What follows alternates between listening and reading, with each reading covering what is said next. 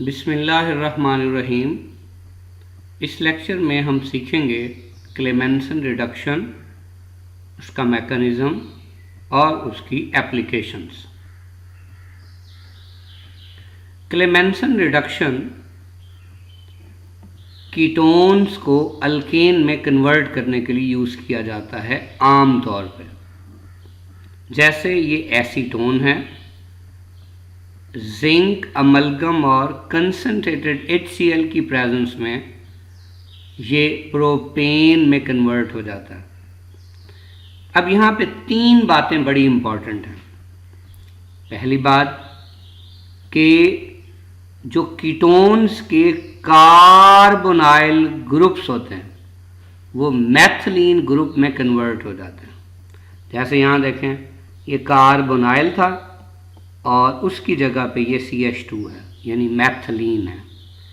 बड़ी इंपॉर्टेंट बात यह है कि जैसे आप जानते हैं removal of oxygen is called reduction. तो अब आपने एसीटोन के C डबल बॉन्ड O में से O को रिमूव कर दिया। तो अगर आप यहाँ से O रिमूव कर दें तो इस C के दो बॉन्ड कम हैं। उन्हीं दो बॉन्ड्स को पूरा करने के लिए आपने 2 H लगा दिए। अब एडिशन ऑफ हाइड्रोजन भी रिडक्शन होता है, यानी दो काम कर लिया, रिमूवल ऑफ ऑक्सीजन और एडिशन ऑफ हाइड्रोजन, जो कि दोनों रिडक्शन की ही टाइप्स हैं। तो पहला काम क्या हुआ कि क्लेमेंसन रिडक्शन में जो कीटोन का कार्बोनाइल ग्रुप है वो किस में कन्वर्ट हो जाता है? मैथिलीन में कन्वर्ट हो जाता है। दूसरी बात, इस रिएक्शन में एक जो कीटोन है वो अल्केन में कन्वर्ट हो जाता है। और तीसरी बात, इसमें जो रिएजेंट यूज़ होता है वो जिंक अमलगम और कंसनट्रेटेड हाइड्रोक्लोरिक एसिड है। अगर हम इसके मैकेनिज्म की बात करें तो इसमें सबसे पहला स्टेप क्या होता है कि जो कीटोन है वो कंसनट्रेटेड हाइड्रोक्लोरिक एसिड के प्रोटॉन से प्रोटोनेट होता है। फिर क्या होता है कि जो उस हाइड्रोक्लोरिक एसिड का क्लोराइड और जो मेटालिक जिंक था, वो जिंक अपने 2 इलेक्ट्रॉन्स इस कार्बोनाइल वाले कार्बन को देता है ताकि इसका पाई बॉन्ड अगले ऑक्सीजन पे शिफ्ट हो जाए, जिस पर पहले पॉजिटिव चार्ज है, ताकि वो पॉजिटिव ख़त्म हो जाए। लेकिन चूंकि इस C के 3 बॉन्ड हो जाएंगे तो वो पॉजिटिव इस पे आ जाएगा, तो जिंक अपना पेयर उसको दे देगा। चूंकि जिंक अपना पेयर कार्बन को दे देगा तो जिंक पे फिर पॉजिटिव चार्ज आ जाएगा, तो उस पे Cl नेगेटिव अटैक कर देगा। अब ये हमारे पास स्ट्रक्चर बन गई। इसमें क्या होगा कि ये जो OH है इसकी फिर एक और HCl के प्रोटॉन से प्रोटोनेशन होगी। अब जब प्रोटोनेशन हुई तो ये water is a good leaving group, ये लीव कर जाएगा। इस C के 3 बॉन्ड रह जाएंगे, जिससे C पे पॉजिटिव चार्ज आ जाएगा with the removal of water. तीसरे स्टेप में क्या होगा कि चूंकि ये कार्बन पॉजिटिवली चार्ज है, जिंक अपने 2 इलेक्ट्रॉन इसको देगा, इसका पॉजिटिव चार्ज ख़त्म हो जाएगा, जिंक के साथ बॉन्ड बन जाएगा। लेकिन चूंकि जिंक ने इलेक्ट्रॉन दिए जिंक पे पॉजिटिव, तो एक और Cl नेगेटिव फिर इस पे अटैक कर देगा, तो ये स्ट्रक्चर बन जाएगी। अब ये जो ZnCl है, इसमें Zn अपना बॉन्ड देगा तो Zn पे पॉजिटिव आ जाएगा, Cl नेगेटिव फिर उस पर अटैक कर देगा। अब ये स्ट्रक्चर आ गई इस पर नेगेटिव, और ये ZnCl प्लस और ये Cl माइनस मिल के ZnCl2 की शक्ल में रिमूव हो जाएगा। उसी तरह फिर देखेंगे नेगेटिव है, एक और HCl के H प्लस के साथ इसकी फिर प्रोटोनेशन होगी, फिर H यहाँ पे अटैच हो गया। ये ZnCl बिल्कुल इस तरह की स्ट्रक्चर है जो कि हमने पहले पढ़ी। जिंक अपना इलेक्ट्रॉन पेयर देगा, ZnCl पॉजिटिव, तो उस पर Cl नेगेटिव अटैक कर देगा, एक और ZnCl2 रिमूव हो जाएगा। इस C पे फिर नेगेटिव चार्ज और इस नेगेटिव चार्ज की फिर प्रोटोनेशन होगी, और हमारे पास एक अल्केन बन रहा है। अब यहाँ पे बड़ी इंपॉर्टेंट बात यह है कि इस पूरे मैकेनिज्म में गौर से देखना है कि एक H+ यहाँ यूज़ हुआ, दूसरा H+ यहाँ यूज़ हुआ, फिर तीसरा H+ यहाँ यूज़ हुआ और चौथा H+ यहाँ यूज़ हुआ। इसका मतलब 4 हाइड्रोक्लोरिक एसिड के मॉलिक्यूल यूज़ होंगे।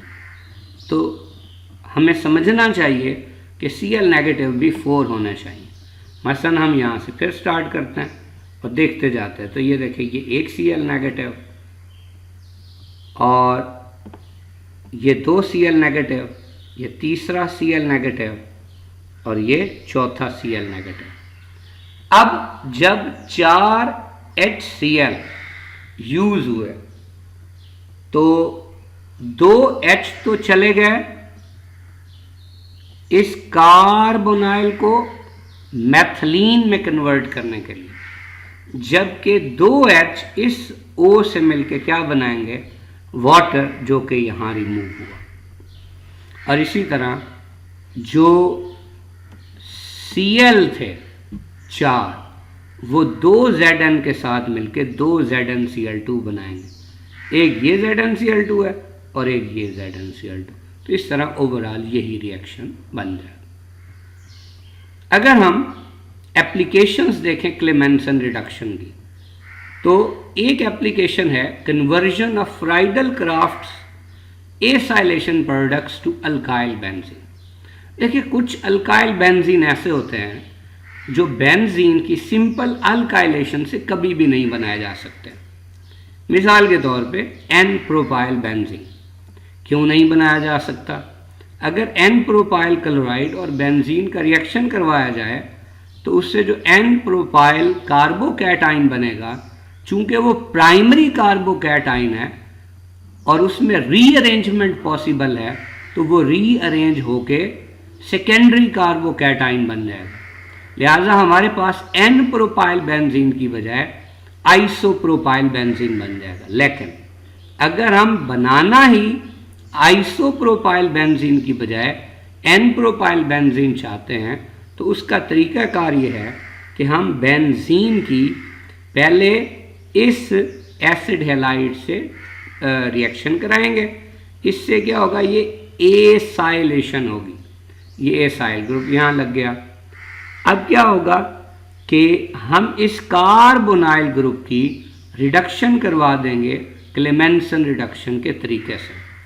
अब जब इसकी रिडक्शन होगी तो ये कार्बोनाइल मैथिलीन में कन्वर्ट हो जाएगा और इस तरह एन प्रोपाइल बेंजीन बन जाएगा, जो कि सिंपल अल्काइलेशन से कभी भी नहीं बनाया जा सकता। इसी तरह दूसरी application reduction of mixed aliphatic aromatic ketones, यानी ऐसे कीटोन जिनमें एक तरफ एलिफेटिक चेन है और दूसरी तरफ एरोमेटिक चेन है, उनकी रिडक्शन के लिए भी क्लेमेंसन रिडक्शन मेथड यूज़ किया जा सकता है।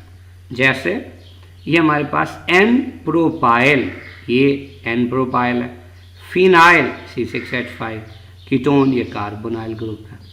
जिंक अमलगम और HCl से रिडक्शन होगी तो कार्बोनाइल जो है वो मैथिलीन में कन्वर्ट हो जाएगा, तो ये बन जाएगा एन ब्यूटाइल बेंजीन। तीसरी application reduction of keto acids, यानी ऐसे एसिड्स जिनमें एसिड ग्रुप के साथ साथ कीटो ग्रुप भी मौजूद है, जैसे बीटा बेंजोइल प्रोपियोनिक एसिड। अब इसमें ये जो कार्बोनाइल है इसको जिंक अमलगम HCl से रिड्यूस करके मैथिलीन में कन्वर्ट कर देंगे, तो ये बन जाएगा गैमा फिनाइल ब्यूटेनोइक एसिड। इसी तरह सिंथेसिस ऑफ साइक्लोपैराफिन्स, जैसे ये साइक्लोहेक्सेनोन है, एक कीटोन है, जिंक अमलगम HCl से रिडक्शन करेंगे तो ये जो कार्बोनाइल है ये मैथिलीन में कन्वर्ट हो जाएगा, यानी CH2 में, तो ये बन जाएगा साइक्लोहेक्सेन। बड़ी इंपॉर्टेंट बात कि ये मेथड असल में सिर्फ और सिर्फ कीटोन्स के लिए यूज़ नहीं होता, ये एल्डिहाइड्स के लिए भी यूज़ किया जा सकता है। उसकी कुछ एग्जांपल्स, मसलन कुछ फिनोल्स जिनमें एल्डिहाइड ग्रुप हो, जैसे एक फिनोल है, ये एल्डिहाइड ग्रुप है। इसकी रिडक्शन हम किससे करते हैं? क्लेमेंसन रिडक्शन से। तो इसमें जो C डबल बॉन्ड हो है यानी कार्बोनाइल, वो मैथिलीन में कन्वर्ट होगा और उसके साथ जब H है तो वो CH3 बन जाएगा। तो इसी तरह जैसे सिलिसाइल एल्डिहाइड है तो ये भी फिनोल है और ये एल्डिहाइड ग्रुप है, और इसमें CO CH2 बन जाएगा और ये H मिल के CH3 बन जाएगा। तो हम इससे आर्थोक्रिसोल बना सकते हैं। अब इस तमाम डिस्कशन को देखते हुए हम इस नतीजे पे पहुँचे कि ये रिएक्शन ख़ास तौर पे उन कार्बोनाइल कंपाउंड्स के यूज़फुल है जिनमें फिनोलिक या कार्बोक्सिल ग्रुप हो, जो कि बाद में वैसे का वैसा ही रह जाए, यानी रिएक्शन सिर्फ और सिर्फ एल्डिहाइड या कीटोन पे हो। जैसे यहाँ पे ये जो हमारे पास एग्जाम्पल थी ये कीटो एसिड था, और इसी तरह ये जो एग्जाम्पल है ये फिनोलिक एल्डिहाइड्स की एग्जाम्पल है, ये भी फिनोलिक एल्डिहाइड्स की एग्जाम्पल। इसी तरह एक और बात कि अगर अल्फा बीटा अनसैचुरेटेड कीटोन्स या एसिड्स या एस्टर्स हों तो ये उनमें C डबल बॉन्ड को रिड्यूस कर देता है। इसका मतलब ये हुआ कि ये वहाँ पे कार्बोनाइल ग्रुप को रिड्यूस करने के लिए यूज़ आमतौर पे नहीं किया जाता।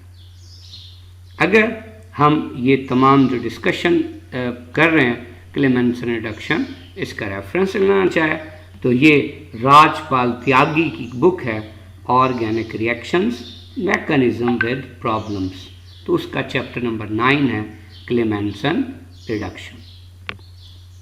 बेस्ट ऑफ लक, अल्लाह हाफिज़।